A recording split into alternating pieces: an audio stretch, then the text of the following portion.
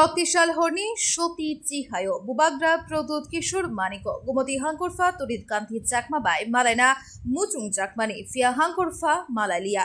Patimungno to Ye, Koranti Shawi, Shiklabotol, YTF, Udaipuro, Kaisha Koktum Panda Rinka, the Patimungno to Ye, Kokshil Chaka, YTF ni Adong David Murasi.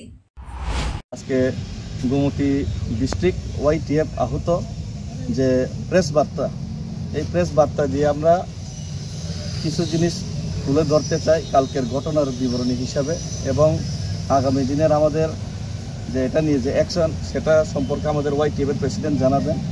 এর আগে যেটা background কালকের ঘটনার এটা আমি জানাতে চাই।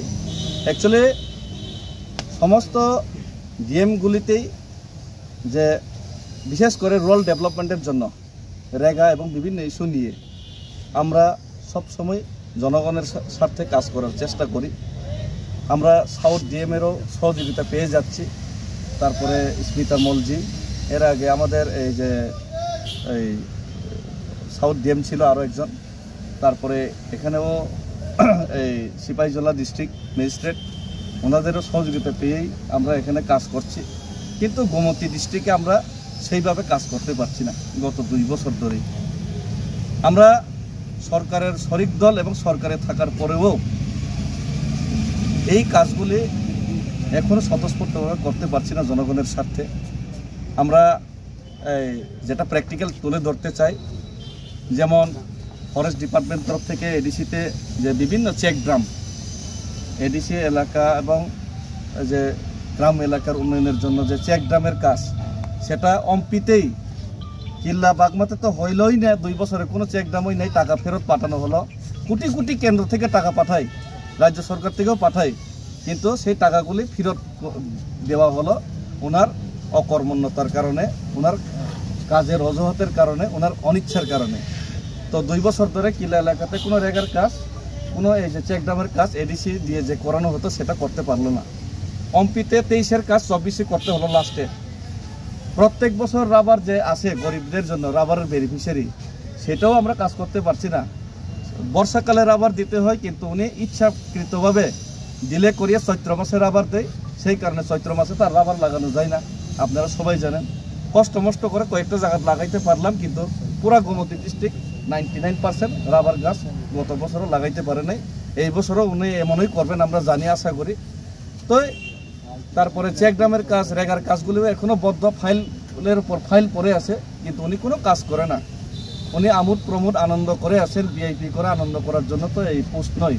কারণ সরকারের টাকা মানে জনগণের টাকা, জনগণের টাকা দিয়েই ওনার বেতন, জনগণ সবাই ট্যাক্স দেয়, ট্যাক্স দিয়েই ওনাদেরকে বেতন দিয়ে এখানে কামলা রেখেছেন। উনি তো কামলা, জনগণের কামলা তো।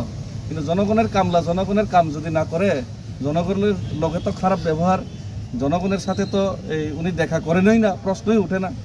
উনি জনপ্রতিনিধিদের সাথে পর্যন্ত কথা বলেন না। উনি ফোন রিসিভ করার টাইম নেই, মাসের পর মাস, বছরের পর বছর। উনি এত ভিআইপি হয়ে গেছেন যে জায়গাতে মাননীয় মুখ্যমন্ত্রী রাত 10টা-12টা পর্যন্ত দেখা করেন, এনি টাইম দরজা খুলে দেন মহারাজা কথা বলতে চাইলে, জনগণ কথা বলতে চাইলে। এই জায়গাতে এই হোম মিনিস্টার পর্যন্ত any time call pick up করেন, কল রিপ্লাই করেন, কিন্তু তিনি কারোর তোয়াক্কা করেন না, তিনি কিছুই কাজ করেন না। অকর্মণ্য অবস্থায় তিনি শুধু ভিআইপি বা ভিআইপি সেজে আমোদ প্রমোদ করছেন। তো এই কারণে এলাকার জনগণ খুবই ক্ষিপ্ত, পুরা ডিস্ট্রিক্টের জনগণ খুবই ক্ষিপ্ত, খুবই রাগ ওনার উপর। সেই কারণেই আমরা অনেক দিন ওনার যে কুকর্ম, ওনার যে কাজগুলি আমরা লুকিয়ে রেখেছি। আমরা চেষ্টা করেছি যে উনাকে ঠিক করা যায় কিনা, কিন্তু উনি কোনো পাত্তাই দেন না, তোয়াক্কাই করেন না। উনি সংবিধানের মা বেন এক করে দেন। উনি সংবিধান কোনো মানেনই না, ওনার কোনো শিষ্টাচার সিস্টেম জানেনই না। তো এইভাবে এই এলাকার অনেক দুশ্চিন্তায় পড়েছে, অনেক অন্ধকার ভবিষ্যতে রয়েছে, এখনও পর্যন্ত সব কাজ ঠপ। তো এই কারণেই মহারাজা বাধ্য হয়ে ওনাকে গত 1 মাস যাবৎ কল করছেন, কিন্তু ওনার কল রিসিভ করার টাইম নেই। আমরা কেউ দেখা করতে যায়, সাধারণ মানুষ বলুন কিংবা যে কোনো একটা পার্টির সুপ্রিমো কিংবা নেতৃত্ব বলুন, তাদের অফিস আওয়ারে দেখা করার একটা নিয়ম রয়েছে। সেখানে গিয়ে যদি কেউ দেখা করতে চায়, দেখা করতে পারে যে কোনো কাজকর্মের ক্ষেত্রে। তো সেখানে প্রদ্যুৎ বাবু কি নিয়ম অনুসারে একজন ডিএম, একজন আইএস আইপিএস অফিসার, আমার প্রশ্নটা শেষ হয়নি, লেট মি ফিনিশ। প্রদ্যুৎ বাবু কি ওই সময় অফিসে ওনার সাথে দেখা করতে গিয়েছিলেন? অফিস না, প্রদ্যুৎ বাবু বলবেন না, আমি আপত্তি করছি আপনার বক্তব্যে। মহারাজা বলবেন, ওনাকে মহারাজা মানে সম্মান দিয়ে আপনি মহারাজা বলবেন। এটা ব্যক্তিগত বিষয়, প্রদ্যুৎ বাবু বলবেন না আপনি। সেটা ব্যক্তিগত বিষয়। সংবাদ মাধ্যমের কাছে উনি আমরা মুখ্যমন্ত্রীকেও মানিক সাহা বলি, নরেন্দ্র মোদীকে মোদি বলি, ঠিক আছে, মোদি বলি আমরা, না, তবে এভাবে বলবেন না। না এটা দেখুন, রাজার সঙ্গে তুলনা করো আপনারা, রাজার সাথে কি আপনারা এভাবে তুলনা করো? না এটা ঠিক আছে, কিন্তু বক্তব্য উনি দিচ্ছেন। প্লিজ স্যার, কথা বলবেন না প্লিজ স্যার, বক্তব্য উনি দিচ্ছেন, আমরা ওনার সাথে কথা বলবো, ঠিক আছে? মাঝখানে ডিস্টার্ব করবেন না। আমাদের প্রশ্নটা এটাই ছিল যে উনি কি মানে অফিস আওয়ারে দেখা করতে চেয়েছিলেন, ডিএম কি সেই জায়গাতেও না আমি তো করেছে? আগেই বলছি, আপনি ঘুরিয়ে পেঁচিয়ে এটাকে যদি আপনি রসালো বানিয়ে যদি প্রস্তুত করতে চান, এটা আপনার ব্যাপার। কিন্তু আগেই বলেছি যে 1 মাস ধরে কল করছেন, তো এখানে তো 24 ঘন্টা বা অফিস আওয়ার প্রশ্নই ওঠে না। 1 মাস যাবত তো, এটা তো 1 মাস হয়ে গেছে। আমি আগেই বলেছি 1 বছর যাবত সমস্ত করছি। ওনার অফিসে আমি নিজে খুদ গিয়ে ঘুরে এসেছি, উনি দেখা করেন। আমি সাউথ ডিএম এর সাথে দেখা করি, সিপাহীজলা ডিএম এর সাথে জানতে চাও আপনাকে দেখা করতে গিয়েছিলেন কিনা। সবাই দেখা করে, সবাই করেন, উনি করেন না। এটা তো উনি উত্তর কি বলেন, তিনি কি কোনো কিছু আর কোনোই রিসিভ করে না, কি উত্তর দেবে? দেখা করতে গেলে যখন আপনার টিকিট দেন, সাক্ষাৎ করবো আমরা, তখন তিনি কি রেসপন্স দেন? নাই, এমন তো কলে রিসিভ করে না, কলে রিসিভ করে না। আচ্ছা, মূলত আপনাদের মূল দাবিটা কি? তিনি কমিউনিকেশন করছেন না এবং পাবলিক ডিপ্রাইভ হচ্ছে, পাবলিক ওয়ার্ক হচ্ছে না, এবং আপনারা অনেকদিন এটা লুকিয়ে রেখেছেন। তো লুকিয়ে রেখেছেন, এতদিন ধরে লুকিয়ে রাখার কি ব্যাপার? লুকিয়ে রাখার যখন গতকালকে যখন আপনার মথা সুপ্রিমের সঙ্গে বা চেয়ারম্যানের সঙ্গে যখন ঘটনা ঘটলো, তখন প্রকাশ্যে আসলো, আপনারা প্রতিবাদ করছেন। এতদিন তো তাহলে জনগণ বঞ্চিত, এতদিন কেন লুকিয়ে রেখেছেন? না, লুকিয়ে রেখেছে এটা না, আমরা বরাবরই পার্টির মধ্যে এবং সরকারের মধ্যে আমরা জানাচ্ছি। কিন্তু হঠাৎ করে তো একজন লোককে ডাইরেক্ট আমরা আরোপ দিতে পারি না, না। তো ওনাকে ঠিক করার জন্য আমরা বরাবর সিস্টেমেটিকভাবে আমরা ভিতরে উনি যে এইটা কাজ করছেন, এটা আমরা কমপ্লেন করে যাচ্ছি আর কি। এটাই আমি বলতে যখন মথা চেয়ারম্যানের সঙ্গে ঘটনা ঘটলো, তখন আপনাদের টনক নড়লো। তাহলে এতদিন যে বলছেন 2 বছর ধরে কোনো কিছু কাজ হচ্ছে না, টাকা ফেরত যাচ্ছে, তাহলে এই জায়গাটা আপনাদের কোনো একটা দীর্ঘদিনের একটা গাফিলতি না? বা দীর্ঘদিন ধরে আপনারা এটাকে মানুষের সঙ্গে এটা বঞ্চনা করলেন না? দীর্ঘদিন মানুষ বঞ্চিত হয়ে আসছে তাহলে? না, এমন না। আমরা সঙ্গে লোক যখন যে কোনো দোষী সাব্যস্ত হওয়ার আগে তো সঙ্গে তো তুমি দোষী করবো, এ তো সঙ্গে হইতে পারে না। এখন দোষ হওয়ার পর, প্রমাণিত হওয়ার পর তো আমরা বলছি না। তো 2 বছর আগে আমরা টাকা ফেরত যাচ্ছে, হ্যাঁ টাকা, এই জন্যই তো মহারাজা বারবার কল করছে না অনেকদিন যাবত। তো সঙ্গে তো একজন লোককে তো সঙ্গে তো কিছু করা যায় না, এটা বিচার করতে হয়, দেখতে হয়, জানাতে হয়। মূল কজটা কি দেখিয়েছেন যে কেন দেখা করবেন না? মূল বিষয়টা কি বলেছেন? আমি কি জানি উনি কি কারণে দেখা করলেন না, উনি কি কারণে ইচ্ছা নাই। উনি বোধহয় আইএস অফিসার হয়েছেন, আমি নিজে বড় ভিআইপি, আমি যা ইচ্ছা করলে চলে মনে হয়। কিন্তু ওনার তো বয়স কম এখনো, উনি তো এখনো অভিজ্ঞতা কম। তো এই অভিজ্ঞতা কমে উনি এমন কি করেছেন উনি জানেন। আচ্ছা, আরেকটা বিষয়, নিয়ম কল করলে অনেক সময় মিটিংয়ে থাকলে রিপ্লাই করতে পারে না, আমি নিজেও রিপ্লাই করতে পারি না, কিন্তু পরবর্তীকালে উনি রিপ্লাই করেন এবং জানিয়ে দেওয়া হয়, আজকে না হলেও কালকে বা পরশু আমি ছুটিতে আছি এমন দেওয়া হয় রিপ্লাই, তারপরে দেখা করে সলভ করা হয়। কিন্তু উনি সলভ দূরের কথা, ফোনেই রিসিভ করেন না, কোনো পাত্তাই দেন না। প্যান্ডেমিকের সময়ও প্যান্ডেমিক এই যে ফ্লাডের সময়ও ওনার কোনো এই অ্যাকশনই নেই, কোনো পাত্তাই নেই। তারপরে এইভাবে করতে মহারাজা বাধ্য হয়ে কল করার পর মহারাজার কল পর্যন্ত উনি তুললেন না।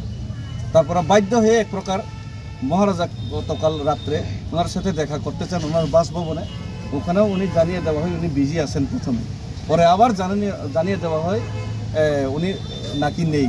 তো দুই কথা জানিয়ে উনি ইগনোর করলেন। তো এখানে আমাদের সিএমও ছিল এডিসির। তো সংবিধান দ্বারা যে এডিসি রয়েছে, সেই এডিসি প্রশাসনের যে হেড মুখিয়া উনি এখানে আছেন, নির্বাচিত মুখিয়া, ওনাকেও তিনি অবমাননা করেছেন। মতলব পুরা এডিসি এবং সংবিধানকে উনি অবমাননা করেছেন। এর আগে অনেক ওনার কুকীর্তি আছে, ওনার জমি সংক্রান্ত অনেক অভিযোগ আছে ওনার প্রতি। তারপরে এখন এই আবার মহারাজা কে অবমাননা করেছেন, মানে পুরা ত্রিপুরার অপমান। তো পুরা রাজ্যের একটা রুলিং পার্টির চিফ উনি, ঠিক আছে উনি রাজা মানেন না, ওনাকে অপমান করেন, ওনাকে অবমাননা করেন, এটা ঠিক আছে, এটা মানলাম। কিন্তু সাংবিধানিক মোতাবেক তো উনি সংবিধানের পদে আছেন এবং একটা পার্টির চেয়ারম্যান, পুরা ত্রিপুরা রাজ্যের মধ্যে 2nd লার্জেস্ট পার্টির চেয়ারম্যান, ওনার সাথে ওনার সাক্ষাৎ করার টাইম নেই। তো জনগণের সাথে উনি কি কাজ করবেন? তো এমন যে একজন ডিএম, ওনাকে রাজ্য সরকার কি করবে সেটা রাজ্য সরকার, যে সরকারের কথাই শুনে না, সরকারের কর্মচারী হয়ে সেটাকে এই রাজ্য মূল সরকার- দাবি কি আপনাদের এখন? তা এর দাবিটা উনি জানাবেন, আমি ব্যাকগ্রাউন্ড বলছি। হ্যাঁ, তো এই ব্যাকগ্রাউন্ডের কারণে এই ঘটনাটা হয়েছে। এখন আমাদের দাবি না, আমরা কোনো দাবি করি না, আমরা অ্যাকশন করি। YTF সবসময় অ্যাকশন করে, তীব্রমতো অ্যাকশন করে। আমরা কোনো দাবি টাবি করি না, আমরা অ্যাকশন করব, যা করার আমরা জনগণের স্বার্থে করব। আর অ্যাকশনটা কি হবে, অ্যাকশনটা কি হবে এটা আমাদের YTF এর জেলা সভাপতি এখন আপনাদের সামনে প্রস্তুত করবেন। YTF এর মূল দাবি না আলটিমাম হলো যে 96 আওয়ার্সের মধ্যে যদি গুমতি ডিএমকে এখান থেকে না সরানো হয়, তাহলে গুমতি ডিস্ট্রিক্ট জেলার যে অফিস কার্যকারী আছে সব অফিসদেরকে আমরা YTFরা তালা দেব, বন্ধ করে রাখবো। এরপরেও যদি ডিএমকে সরানো না যায়, তাহলে এখান থেকে আরও বেশি অ্যাকশন নেওয়া হবে। তো আমাদের লাস্ট কথাই তাই, 96 আওয়ার্সের মধ্যে ডিএমকে গুমতি জেলা থেকে সরানো হচ্ছে। আচ্ছা, প্রদ্যুৎ বাবুকে নিয়ে গতকালকে যে ঘটনা, সেই ঘটনা নিয়ে বিরোধী দলনেতা যিনি রয়েছেন জিতেন্দ্র চৌধুরী, উনি সামাজিক মাধ্যমে একটা পোস্ট করেছেন, সে বিষয়ে কি বলতে চাইবেন আপনারা? ফেসবুকে তো সব পোস্ট করতে পারে। ফেসবুকে আমাদের বাচ্চারাও তো ফেসবুকে পোস্ট করে। তো ফেসবুকে পোস্ট করার আর অ্যাকশন করার এটা অনেক পার্থক্য আছে।